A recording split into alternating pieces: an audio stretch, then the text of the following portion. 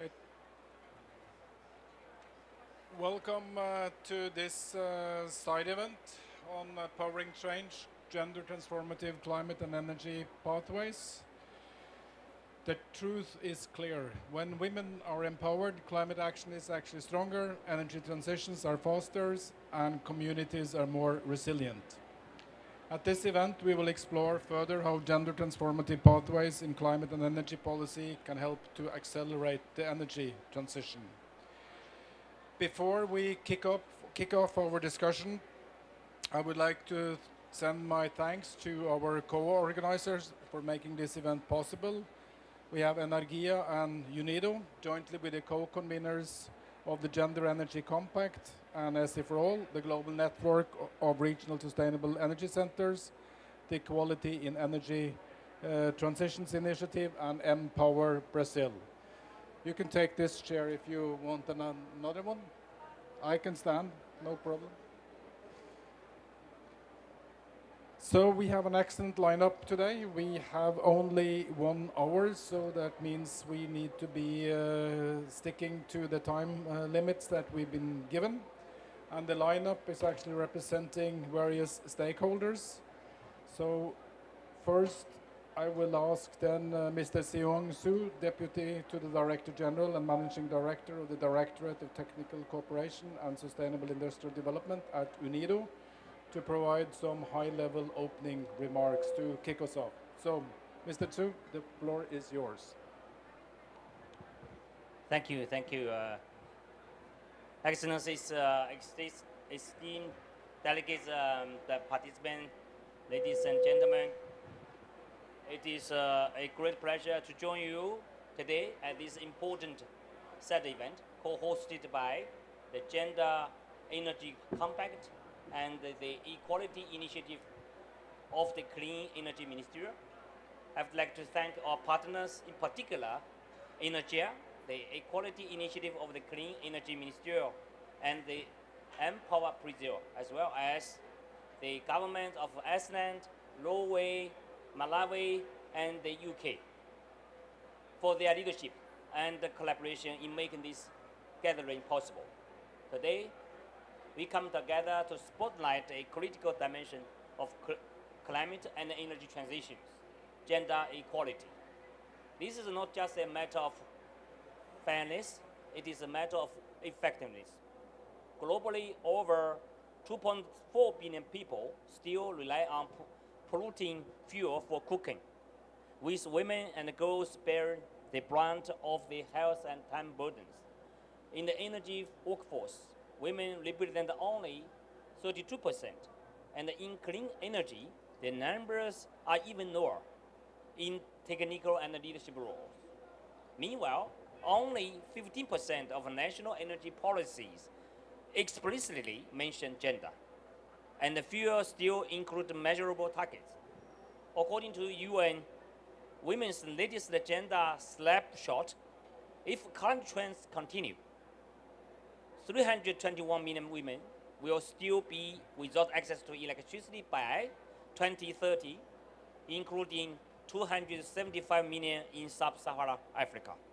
Yet we know that inclusive energy systems are more resilient, innovative, and impactful. Although women and youth are disproportionately affected by energy poverty and climate impacts, they are also among the most powerful agents of change. Their leadership, innovation, and resilience are essential to achieving the goals of the Paris Agreement and the 2030 Agenda. We are already seeing inspiring examples of progress. Countries like Kenya, with its gender policy in energy, and the regional framework like the ECOWAS gender mainstreaming policy in energy, are paving the way for inclusive energy systems that leave no one behind. Esteemed delegates, at UNIDO, we are proud to co-lead the Gender Energy Compact, a global multi-stakeholder platform that promotes gender equality in energy access and transition. Through our work with the global network of regional sustainable energy centers and our partnerships with the LDC group, we are committed to embedding gender and social inclusion into energy policy, technology deployment, and capacity building. This event takes place at a pivotal moment. We all look forward to the approval of the revised UNFCCC Gender Action Plan at the COP30, which will set the tone for the next phase of gender-responsive climate governance. It also builds momentum toward the 2026 review of SDG 7, reinforcing the need for inclusive energy transitions. We believe that inclusive climate action is not only the right thing to do, it is the smartest thing to do. By unlocking the full potential of all people, we accelerate innovation, resilience, and impact. Let us use this moment at COP30 to reaffirm our shared commitment and chart bold gender transformative pathways for climate and energy. I wish you inspiring discussions. Thank you. Thank you very much, Mr. Su, for setting the stage for our discussion and for also highlighting the UNFCCC Gender Action Plan and the upcoming SDG 7 review, where I'm quite sure that the issue that we will be discussing here will figure prominently. And also, let me thank you and UNIDO for your leadership to this agenda. So to move then from high-level commitment to action, we must define exactly what a gender-transformative approach means in the complex landscape and why it is essential for a just and equitable energy transition. So to help frame our discussion today and also provide actionable insights, I'm pleased to invite Dr. Melania Chiponda as the director of the SHINE Collab and a representative of the Women and Gender constituency to provide some scene-setting remarks. So, Melania. The floor is yours.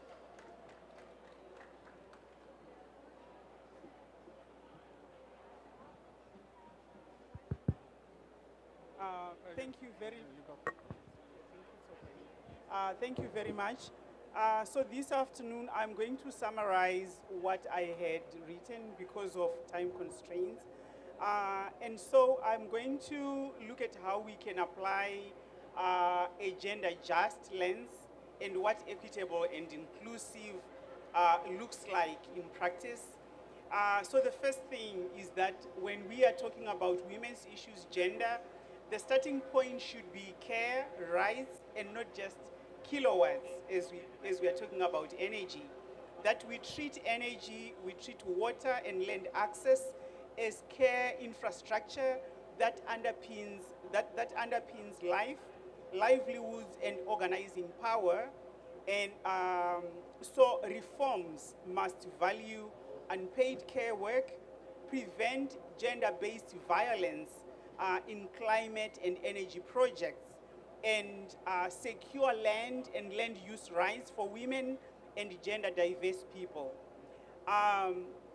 And the second thing is core governance and consent.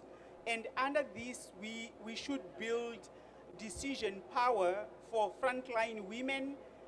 When we talk about frontline women, we also include the miner spouses where there is mining or in mining territories, the informal traders near, for example, where the mines are closing, and the small producers as well, through quotas in national or municipal energy bodies, and require gender responsive, free, prior and informed consent for renewable siting and critical minerals projects.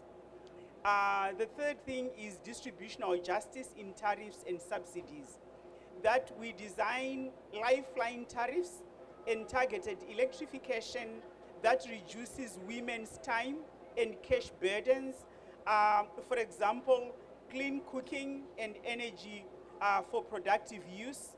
And in the jobs with dignity, we all know how the energy transitions are coming from largely from the labor movement, but as well, women and other gender diverse people are looking at jobs with dignity across the transition, that we should tie public incentives to gender equal hiring, particularly in the renewable energy sector, and create safe workplaces for women where there is also child care, where there is also need for skilling, because we all know how the energy sector is very masculine in nature, and therefore, when we look at how do we address women's economic justice issues, it means we also create spaces for skilling and reskilling and entrepreneurship pathways in decentralized renewable energy supply chains and mine closure plans. And the last thing is gender responsive budgeting in climate finance, that we have gender responsive budgeting as a condition for national climate funds, for major grants, that we track who benefits and who decides and who carries the risk in terms of income, in terms of location, and in terms of in terms of disability and age. And I just want to just put this as the last point, that when we look at implementation, we have seen gender appearing in preambles but not in budgets and not in targets. And therefore, there is a need to mandate gender targets and indicators in, for example, NDC annexes and sector plans for power, for transport, and link them to the budget lines via the gender responsive budgets and procurement rules. And so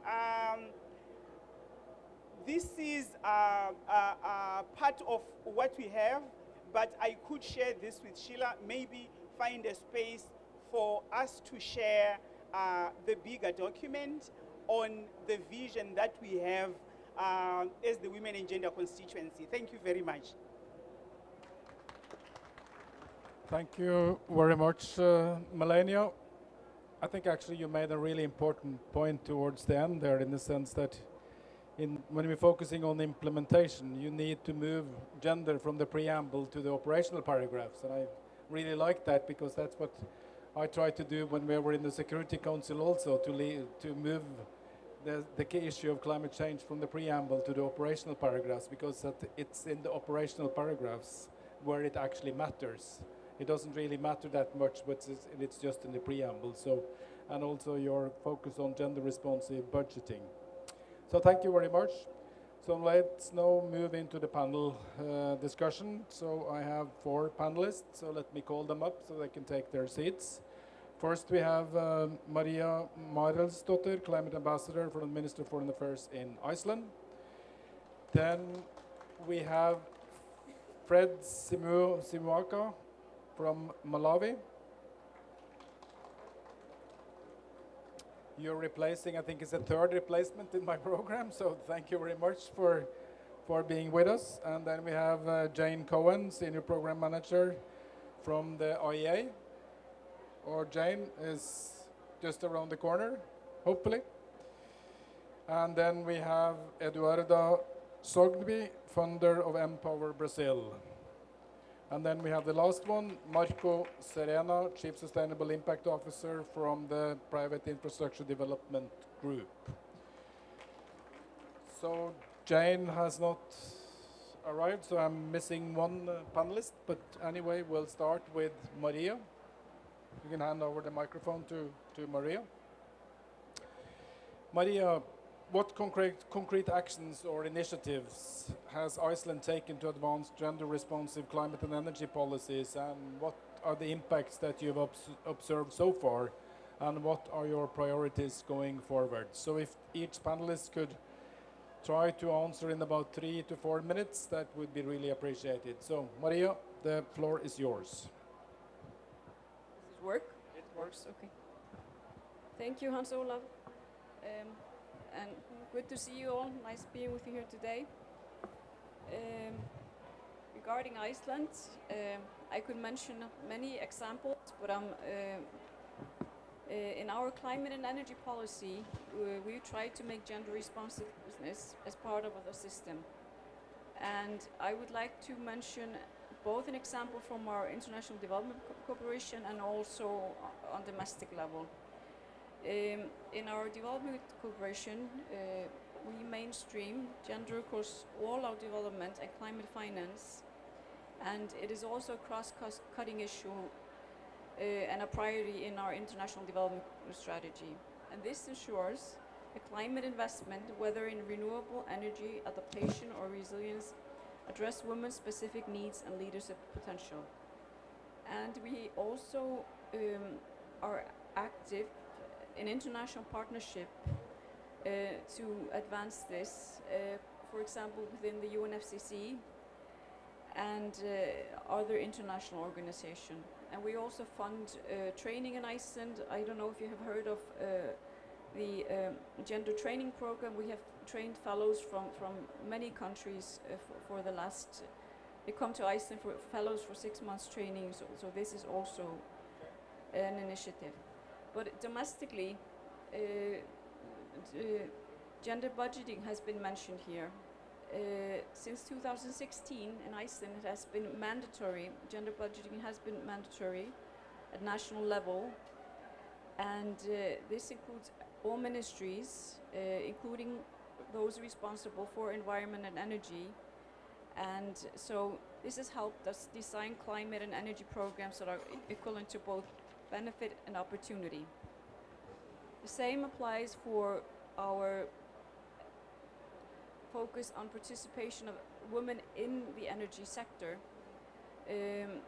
Today, our companies have among the highest shares of women on the boards in the Nordic region. It's about 33%. And we also have strong networks that promote women, like Women in Energy, that promote leadership. I could go on, naming initiatives that we have and or policies, but we are seeing through all of this that stronger policy coherence, that every ministry now integrates gender into climate planning. We see the change in our development cooperation, and also within the energy industry, we're seeing more diverse leadership and more inclusive decision making. So the impact is, we see a lot of impact with all of these initiatives. Thank you.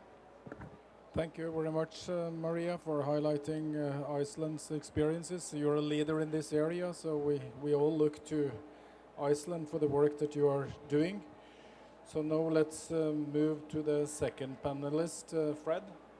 If you can inform us a little bit about how Malawi is integrating gender transformative approaches in its climate and energy strategies.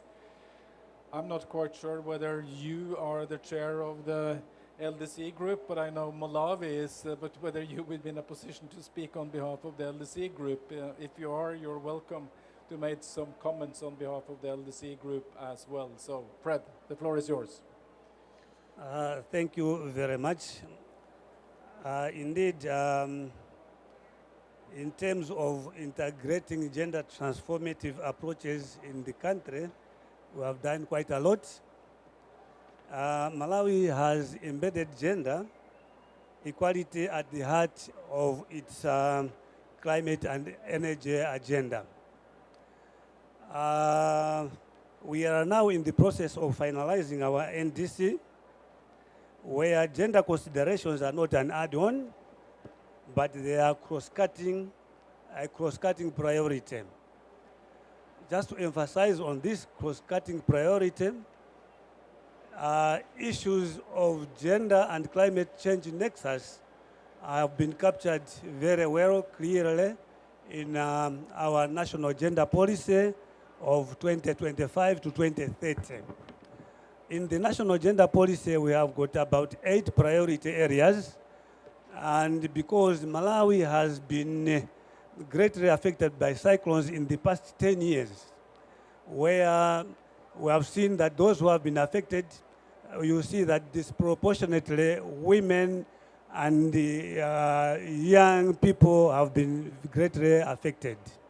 So we thought of including the priority area in our gender policy, which talks to gender, climate change, and disaster risk management. So that is a priority area which is included in the national gender policy. And then going to other interventions. With support from the nationally determined contributions, we managed to solicit some resources so that we develop what we call national gender action plan. As you are aware, at this scope, we are optimistic that we are going to conclude the gender action plan, and Malawi has also gone ahead. We are moving side by side with the global priority. On the sidelines, we are also in the process of finalizing our national gender action plan. We got support through NDC, where they gave us some consultants who we have been working very, very closely as they were facilitating the development of the action plan. We also realized that we are not only talking of this disproportionate affection of the climate change effects on women and young persons. So what we have done is we have facilitated the development of the Women in Climate Action Network, so that women themselves should be making decisions on issues that affect them most. We shouldn't just be feeling sorry for them, but they themselves should be able to take part in influencing decisions, so that maybe they are safer in terms of these climate change effects. So we have gone further down to the community, because in most cases, policy issues are at national level, but not involving the communities themselves. So we have taken the Climate Action Network lower to the communities themselves. And in terms of what we talk to in terms of the gender transformative approaches, we are trying to ensure that we really dismantle the negative cultural practices that hinder women's participation to be sitting on the tables of decision making. So that one, we are really trying to do that. And actually on the sidelines, as a country, we have also developed what we call the male engagement strategy. Because sometimes people look at, when we are talking of gender, they think that it's an issue that concerns women only. But we have now brought in the males to also work side by side with females, so that it should not be a competition, but a complementarity.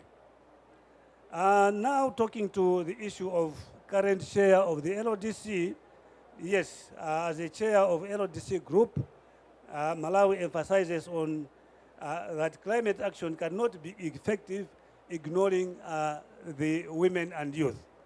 You know, the important thing is, when we are talking of the female population in Malawi, and also the youth population in Malawi, they form the major part of the population, more than 50%. So in Malawi, the youth policy, we are talking that youth from the age of 18 to 35. So that population itself, when we look at that age bracket, we have more than 50% of that population in Malawi. And then interlinkages on access to technology. We know that energy solutions must go hand in hand with advancing gender equality. Like many African countries, when we are talking of energy, people who are mostly affected by the issue of energy, mostly maybe in our country, we rely on firewood, charcoal, which is a job of a woman to go and fetch firewood. So if we can have labor-saving technologies, that means including energy, where women can also find time to do productive work rather than spending 90% of their time on reproductive work. It is not really going to work. So that's why we are trying to promote this issue of engaging women to be supported by using the energy-saving technologies. I know the facilitator is trying to now come in to stop me on my intervention. Yeah. So when we are also talking of the Gender and Youth Strategic Framework, which is a milestone for the LDC group, it provides a roadmap for integrating gender and youth perspectives into all aspects of climate advocacy, from negotiations to implementation. So it is from rhetoric to actions. So that's what we are trying to emphasize on. So before the moderator intervenes, allow me to stop here so that maybe the others can take it up from there. Thank you very much for your attention. Thank you very much, Fred. I didn't mean to cut you short, so I'll give you the opportunity to come back and provide some additional remarks later on. But it was great to hear that you're preparing a national action plan and that you're also translating this to the community level. And this is not only about women, of course, there are few men in this audience, so at least it's also good that this was also mentioned, because we need to be complementarity. And also your remarks as the LDC chair, because there's a lot of stuff happening further up the runway towards the main larger meeting rooms. So we need to make sure that we get the right things actually happen here at the COP as well. Jane, I didn't introduce you properly, but Jane Cohen, Senior Program Manager from IA. I'm going to ask you a question afterwards, but first you'll get the first question that I have in my script, and that is what are the main challenges at the national global levels to ensure that gender-sensitive indicators and disaggregated data can meaningfully inform policy making and decision making? Your boss, Fatih Birol, he constantly says that IA is a data-driven institution and you're looking at the data. So from your perspective. Well, thank you very much, and thank you to the organizers for having me on this panel. I'm very happy to be with my fellow panelists. So let me just start by just adding a few kind of quick remarks for context. So as we just heard, the IEA, the International Energy Agency, is a very data-focused organization. Probably most of you know the IEA for its kind of authoritative energy analysis and its kind of sophisticated understanding of energy technologies, but there's also recently been much more of an understanding that all of this discussion around clean energy transitions, around energy policy, really has to have much more of a focus on people. That at the end of the day, all of this is about improving people's lives, and so that has to be explicit as part of what we do as an agency. And so just to kind of put that into kind of real life terms, so when it comes to gender, which I think it goes without saying is a very important topic, and again, I'm very happy to be discussing that today. One area where we talk about that a lot is jobs and workforce, and that is very important, and I want to make that clear.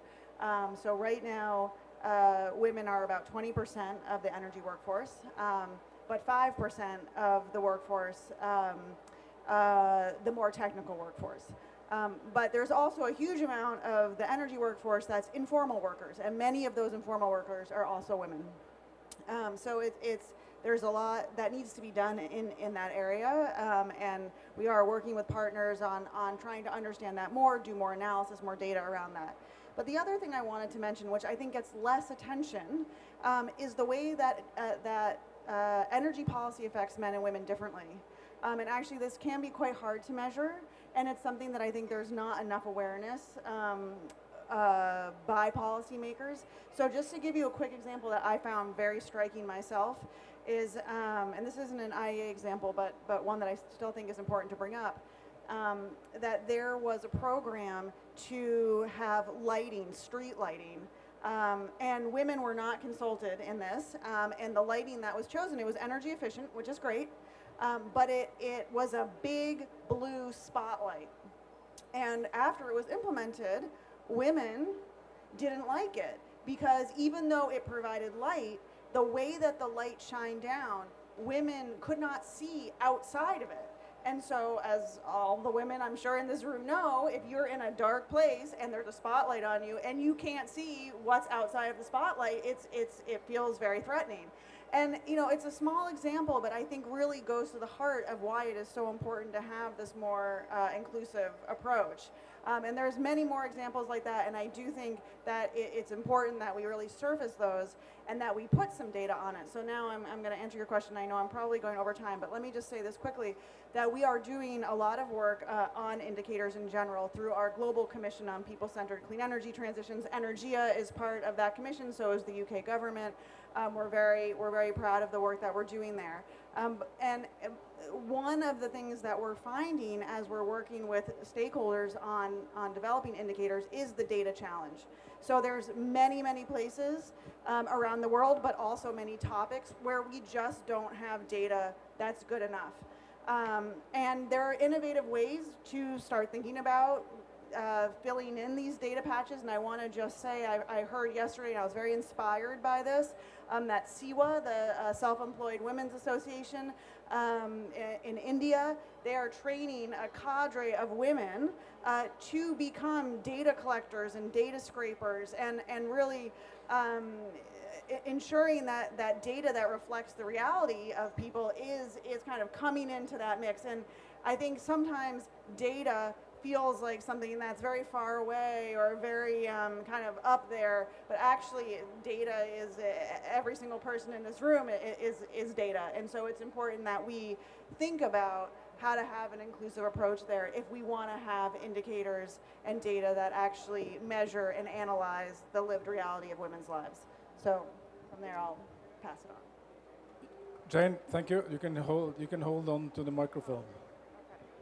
This morning, I listened to Fatih and Laura Kossi and Tim Gould presenting the World Energy Outlook for 2025, and the new, is it 800 page Energy Bible is out. Mm-hmm. Is gender, how does gender figure in that report? So I think in general, the IEA is very dedicated to thinking about this intersection of gender and energy, and really recognizes the importance of sort of everything that I've just spoken of. So one thing that I'd like to highlight there that the IEA is doing, and I'll call out Sophie Westlake over there, who's the chair of the IEA Gender Advisory Council. And this is a body made up of a lot of high-level ministerial representatives to really look at these gender issues and understand both within countries and also kind of internationally what these, how gender impacts energy policy. So you see that reflected in our work and in our reports, and it's something that we are doing, is really starting to mainstream that more and more.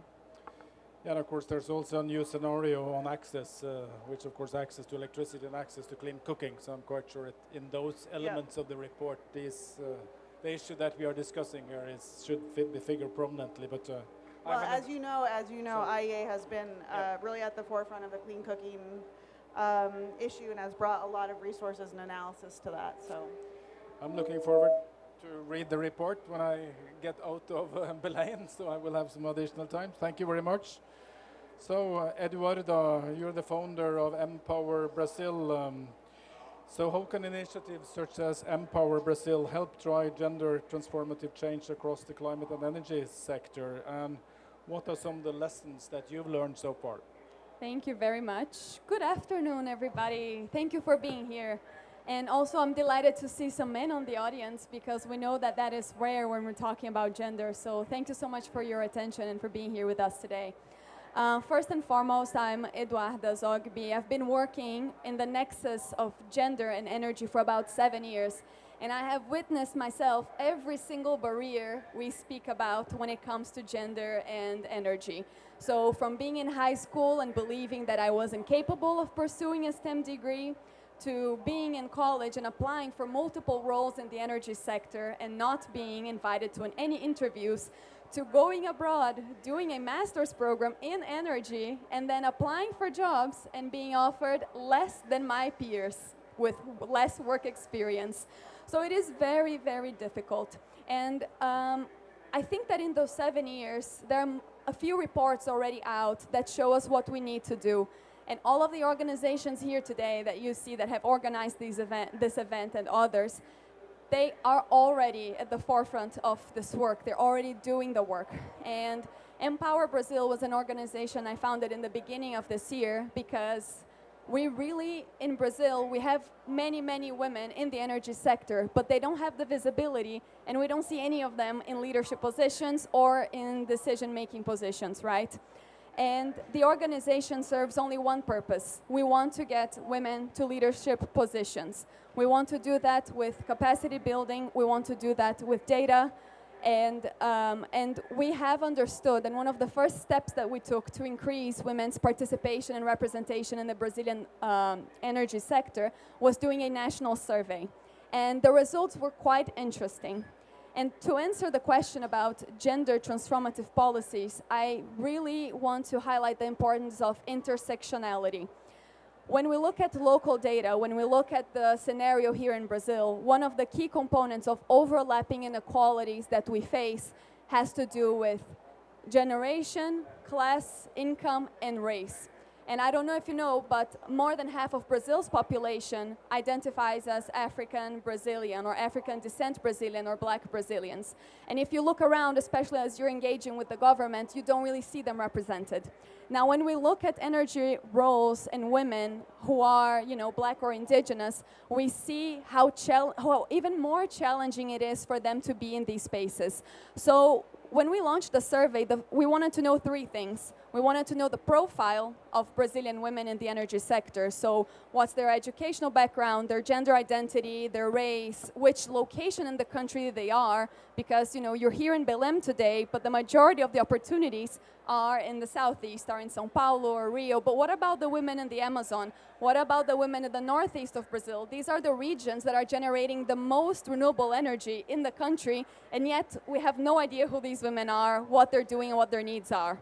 The second, we wanted to understand the barriers. So what are the barriers for these women to enter the energy sector? And lastly, what are the skills that they feel like they need?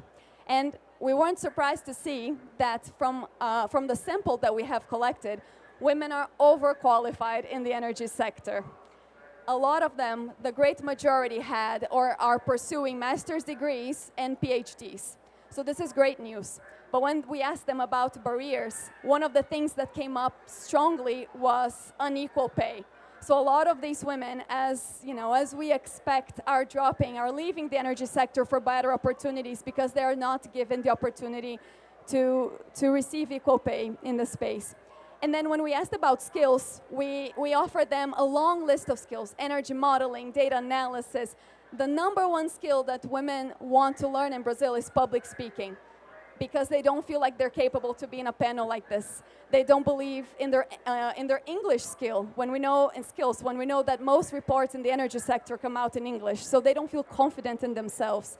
Second, they don't know how to negotiate. So a lot of the answers that we received had to do with the fact that they don't know how to negotiate their salaries. They will take the first offer, they will be in that position for 5-10 years, making the same wage, which is very sad. It's a loss of opportunity. And then the last thing that came up as skills were energy trends. They also feel like they're not, again, back to the English barrier, they don't feel like they know what's going on in the world. They're very focused on the regulatory frameworks in Brazil, but they don't really know other countries, other cases. So we're really trying to change this. And I just wanted to maybe end on the note that I was reviewing the Gender and Energy Compact, and one of the things it talks about is equal opportunity. So if we're not starting from the same starting point as men, if we're not given equal pay, how are we going to ensure that women have equal opportunities in the energy sector? And then lastly, just to mention the importance of gender disaggregated data. I've been reading reports, and thanks to the IEA and many others that have been starting to produce this because it's quite recent, it's also important to understand the local needs. So while we have a good understanding of what the context is internationally, in Brazil we still don't have none of our policies. We have policies for energy access, we have policies for clean cooking. None of them have gender metrics. There's no advocacy, there's no lobbying, there's nothing. So we really need this data to have a baseline to be able to measure. So if we want more women in leadership positions, where are they starting from? How do we get them there? And what do they need? Because sometimes, and I think a lot of experiences we have, we come in with a project, we try to implement it, but again, with the example of public lighting, that's not what women need. And I think that we're going in the direction of now coming up with a program for leadership training to get these women. We're selecting, actually, we have a call for applications open right now. We're selecting 10 women from all parts of Brazil. Half of them have to identify as Black and Indigenous because we recognize the difficulties that exist in different, races, colors, and backgrounds in the country. And we're going to not only train them on leadership skills, but bring them to Brasilia, the capital of Brazil, to take them to Congress to understand how, bills and policies are made, take them to embassies to understand energy geopolitics, to take them to our energy regulator, to have different approaches and opportunities to explore and talk to experts. And this is a real privilege, and we're very excited to be working on this area. Thank you. Thank you very much, Eduardo, for the great examples of the work that you presented to us. Really encouraging to hear, and I'm hoping that you will be able to transform Brazil's energy sector. Because and then the last panelist is Marco from the Private Infrastructure Development Group. So if you can share some perspectives on why investments in gender-responsive activities are critical to advancing climate and energy goals. So the floor is yours. Sure. Thank you for having me. And they say this is the implementation COP and the truth COP, and I think a lot of truth has been spoken there, so thank you. We are an investor in infrastructure. About half of what we do is energy. We invest in emerging markets in Africa and South and Southeast Asia. And in the spirit of truth, I'm going to explain what we're trying to do and why, but also what I'm seeing. The reason why we are taking a deliberate lens in investing is because we've got a dual mandate, which is bring some financial returns, bring in the private sector with us, and deliver impact. And for both, it makes a lot of business sense to take a gender lens. The things that we look at when we make investments are relatively standard in the sector for investors. And I'm going to talk about that in a moment. But what we realized very, very soon is that to make any progress, we need to be very deliberate. Now, the reason why we need to be very deliberate, which includes having KPIs, having incentives linked to those KPIs as well, is because most of the people at the top of the organization are men. And when you do that, then it means that by the way of thinking will bring more deals for in businesses that are led by men. So I think looking at a lot of what you're saying there.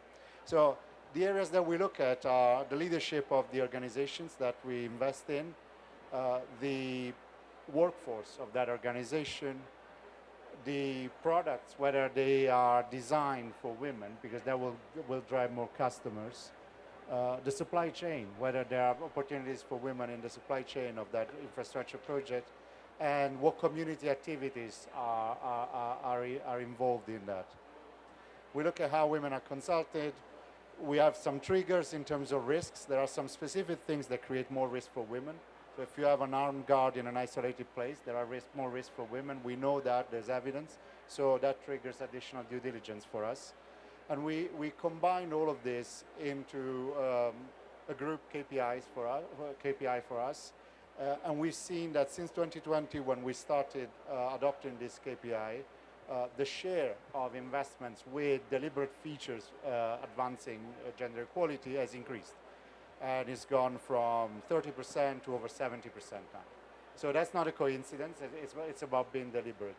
But ultimately, if you look at our plans, we also share gender pay gap for our organization, and we try and work with others. But the reality is what we're seeing is the networks are still strong, and they're mainly male-dominated. So one of the things that we're looking forward to do more of is more partnerships with organizations like yours, with organizations of women leadership. We've done a few of those in the energy sector, and there's a great space. I'll say the last two things. One is, for example, in Pakistan, we work with solar CNI operators, and we help kickstart that sector. And one of the things we've learned is that there are many women graduated in STEMs there, but they are not getting jobs because they don't have the work experience and because of the pay. So we worked with a few of our investees to work on specific programs for them. Different continent, different place. When we put in, we are one of the main investors in decentralized renewable energy, mini grids. And one of the things that we're seeing is that there's a new set of skills there been put forward. And the tendency is not to think about gender there. And so we need to break that inertia. If we do that, imposing gender disaggregated reporting, imposing targets there, we're seeing that we're rebalancing a gap because new skills are being accessed by women as well as by men. As a result, we're seeing our businesses the business we invest in being driven more and more by women, and this is bringing more customers and more product adaptation and ultimately more revenue. Thank you very much, Marco, for giving us some insights how private investors think and handle this. And it was a really interesting example when you said you had the group KPI and how that actually helped to trigger action. Now we'll go back to the panelists and give you, let's say, 45 seconds to 1 minute each. And if you can then highlight, if you look at the screen behind you, the title is Powering Change. And how can we turn commitments into action and action into impact? And of course, now the rain started, it's normally that you can actually adjust the clock to the rain when it starts there. So Maria, maybe you can kick us off.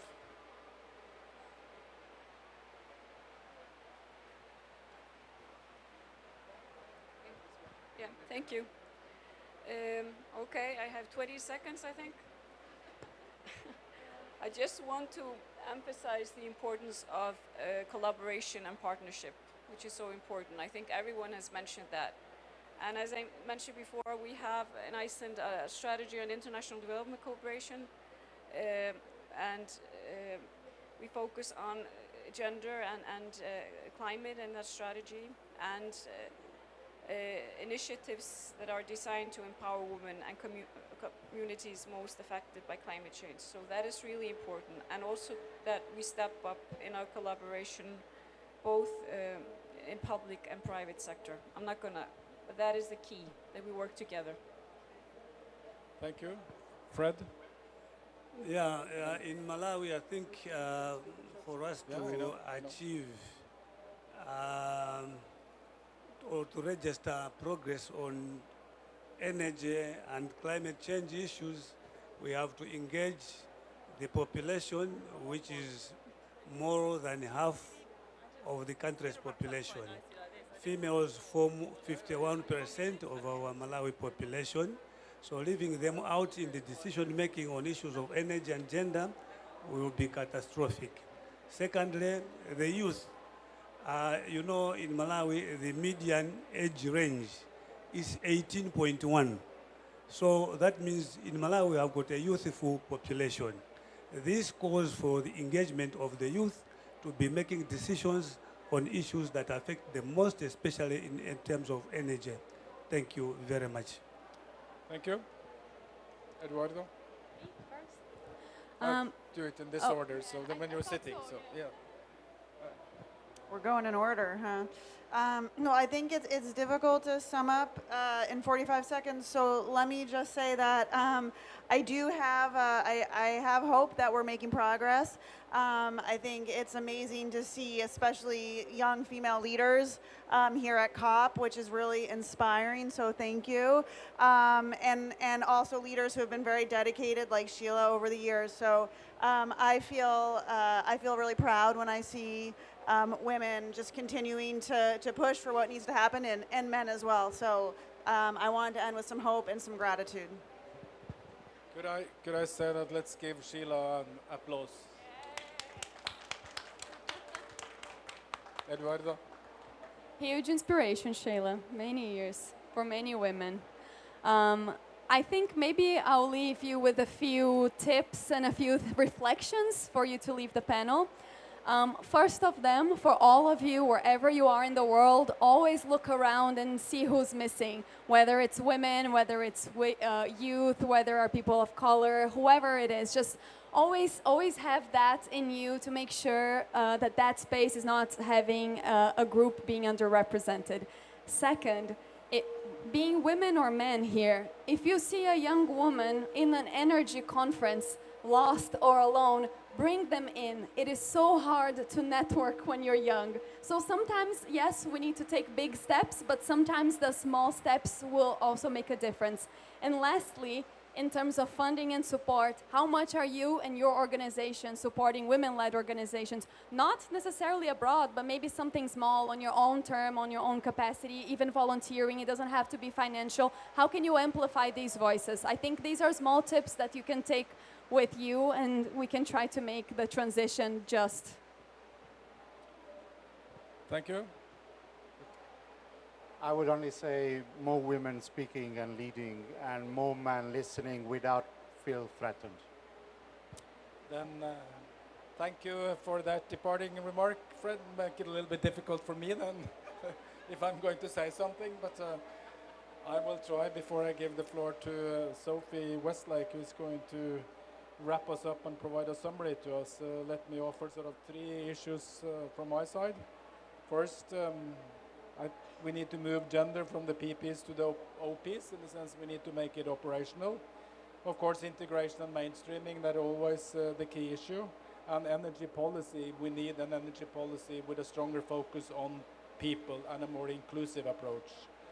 And it's also been highlighting representation. I can say that my wife is a director in the Ministry of Energy in Norway. Her problem is that she cannot hire men because she's not allowed to specifically hire men. So there are too many women in her unit. So then she would like to turn it around. And actually she makes more money than me, just to put that on record as well. And my daughter just got a job, unfortunately, with an oil company in the energy sector, but my wife is working on renewable energy and hydropower. So, and I'm doing international work. So with those words, thanks to the panelists for your great contributions. And now I give the floor to Sophie, who is going to close our meeting today. Thanks a lot. I'm not quite sure what I did to get the great honor of closing this brilliant panel. I'm going to put it down to the fact that I got quite lost along the way, so we thought we'd just put me on the end here. No, really good to hear the discussion, and so big thanks again to all of the panelists. I was actually reading this morning that I think this COP is the most gender balanced. I don't know if that was already mentioned, but there are 57% versus 43% women registered to participate in this COP, so I think we can give ourselves a round of applause for that. And that is a big change from the first COPs in the 90s, which were around 10%. So, you know, that does show the change that we're seeing. I was going to reflect briefly on some of the things that we've been thinking about in the UK. I would note that this is really similar to a lot of the stories that have already been told today. So really just to kind of reiterate lots of those points. We have been thinking a lot this year about the energy transition and the jobs that come with that. And a big part of this government's agenda is to make sure that those opportunities are available to all.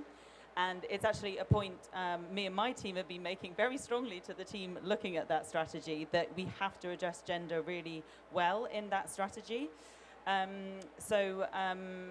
I mean, what we do currently see in the energy sector, there's only around sort of 25% women in the energy sector in the UK. So like many other of the participants here, it's something that we know needs to be addressed. And that's not just the moral imperative or the kind of different diverse perspectives, but that's also because we are trying to do such a big thing that we really need everyone. So the idea of somehow alienating half the population from that opportunity just doesn't work for the objective. And then the bigger challenge is really in those leadership positions where we're still seeing around sort of 16% of executive directors being women in the energy sector. So that's a big thing that we want to address through our new Clean Jobs plan.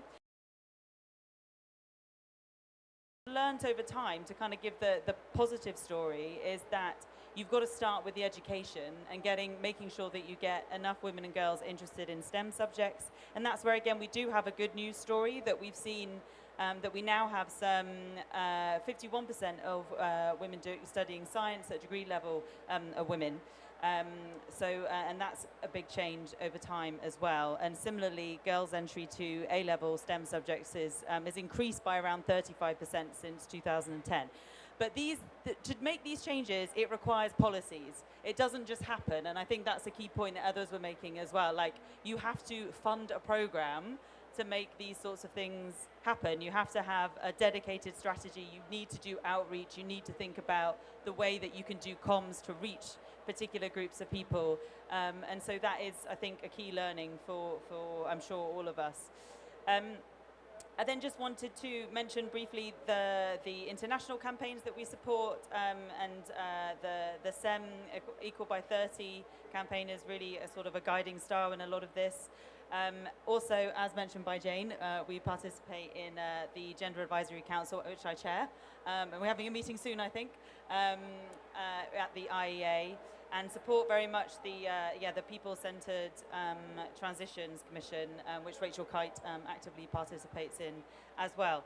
And I just wanted to mention as well, obviously the sort of women in energy jobs is one big part of the puzzle, but as we were also talking about the impact of the energy sector on women and the impact or the need to progress the clean cooking agenda in that respect is just the most important, I think, that we see in the energy sector. We announced last year a package of 74 million to fund hopefully an additional 10 million people to have access to clean cooking in sub-Saharan Africa.